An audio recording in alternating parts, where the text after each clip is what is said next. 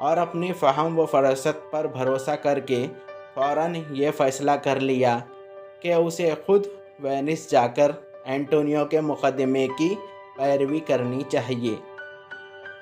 پورشیا کا ایک عزیز تھا جو وکالت کرتا تھا، اس کا نام بلاریو تھا۔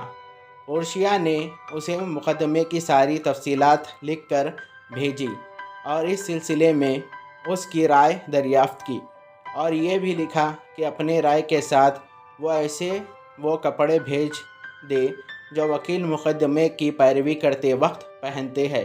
قاصد بلاریو کے پاس معقول مشورہ لے کر واپس آیا اور پورشیا کے لیے کپڑے بھی لے کر آیا تھا کہ وہ انہیں پہن کر عدالت میں جا سکے۔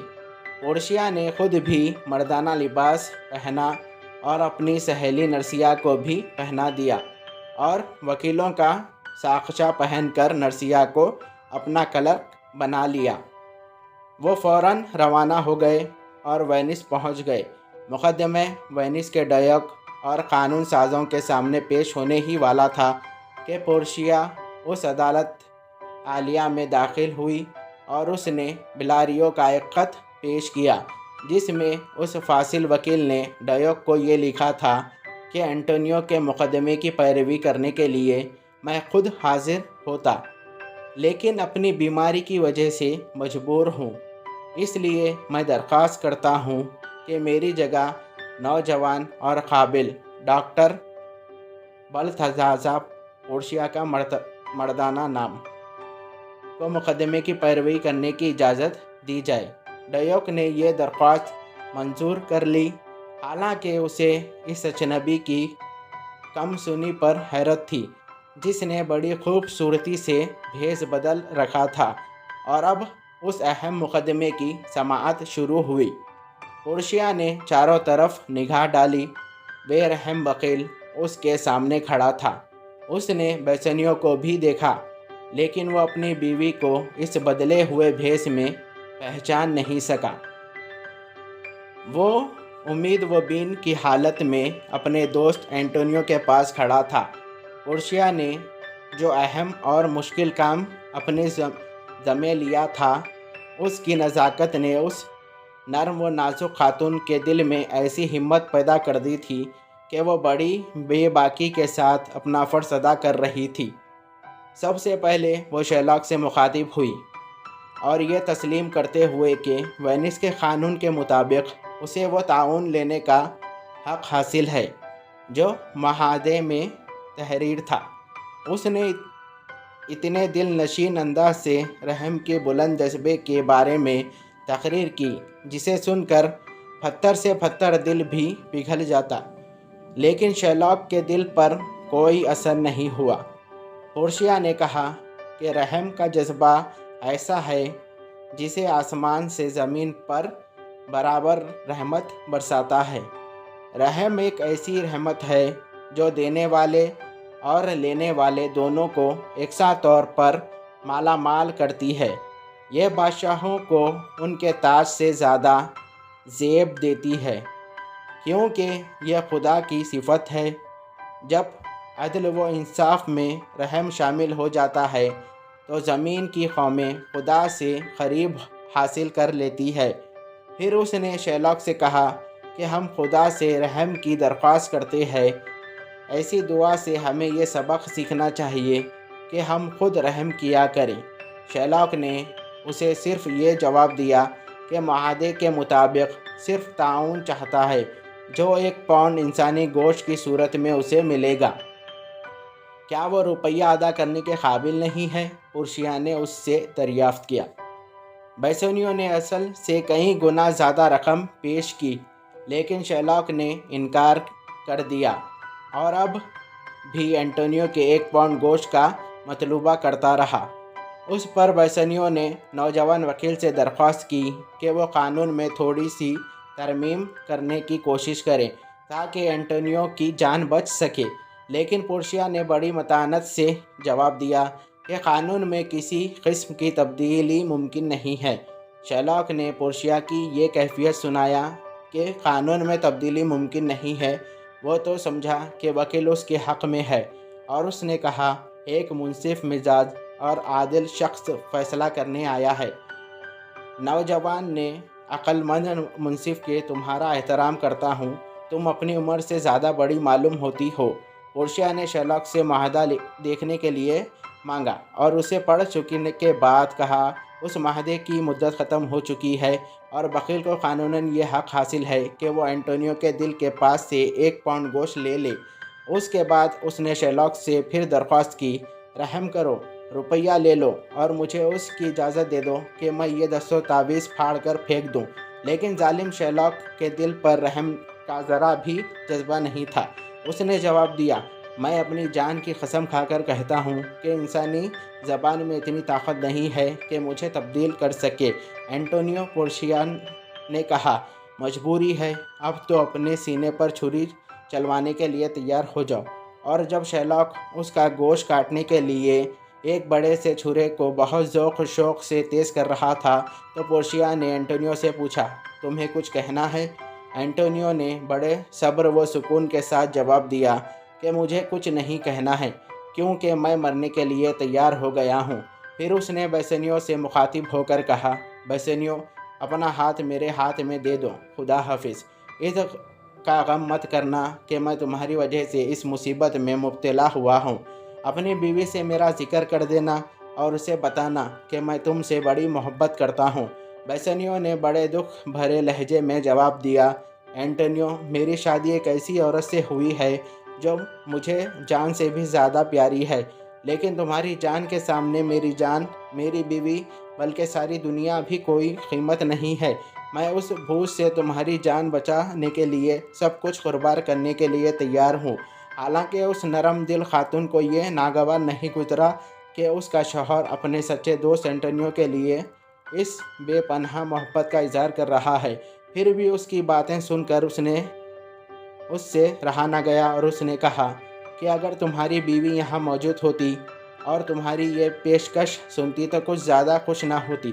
اس کے بعد گریشینیو نے بھی، جو اپنے آقا کی طرح اظہار محبت و عقیدت کرنا چاہتا تھا، سوچا کہ وہ بھی بیسنیو کی طرح کوئی دل پذیر تقدیر کرے، اور اس نے نرسیا کے سامنے، جو کرشیا کے قریب بیٹھی ہوئی کچھ لکھ رہی تھی، کہ کہا کہ میری بھی ایک بیوی ہے جس سے میں بے حد محبت کرتا ہوں۔